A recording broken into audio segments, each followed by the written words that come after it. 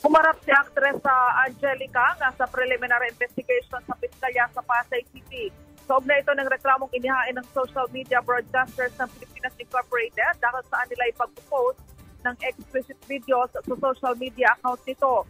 Ang actress ay naghain din ng kanyang counter-affidavit at inamin ito sa clarificatory question na siya ang may-ari ng Angelica Facebook account.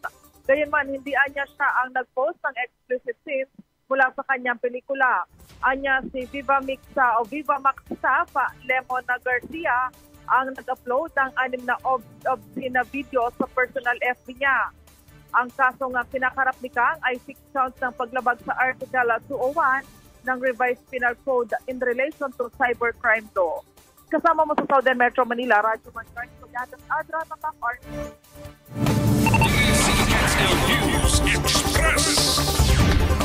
Dumipensa ang Department of Foreign Affairs sa pag-giit ni China's Foreign Minister spokesperson Wang Wenbin na sakop ng China ang Ayungin Shoal. Ayon kay DFA spokesperson Teresita Daza, malinaw sa batas na ang Ayungin Shoal ay hindi isla at sa halip ito ay low tide evaluation na hindi maaaring maging subject ng sovereignty claims.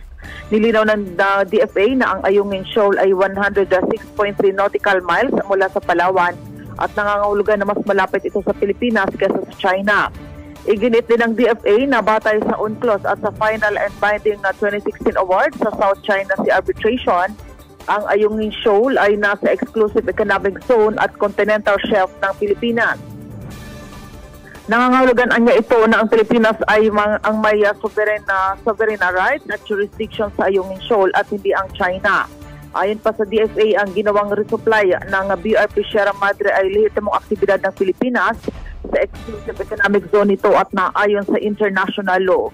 Binigyan din ng DFA na ang BRP Sierra Madre ay Commissioned Philippine Navy Vessel o Commissioned Philippine Naval Vessel na permanenteng nakastation sa Ayungin Shoal noong 1999 para magsilbi bilang constant Philippine government presence na nagresponde sa illegal na pag-okupa ng China sa Panganiban Reef noong 1995. Nanawagan din ang DFA sa China na alisin na ang mga illegal na struktura nito sa South China Sea at managot sa mga pinsalang idinulot ng mga illegal nitong aktibidad. Idinagdag ng DFA na ang Pilipinas ay hindi pumasok sa anumang kasunduan na nag-aabandona sa sovereign rights at jurisdiction nito sa exclusive economic zone at continental shelf kabilang na ang bisinidad ng Ayungin Shoal. Kasama mo sa Department of Foreign Affairs, Radyo Mandaos, Choice Colyantas Adra, Tatak, RMN, DZXL 558.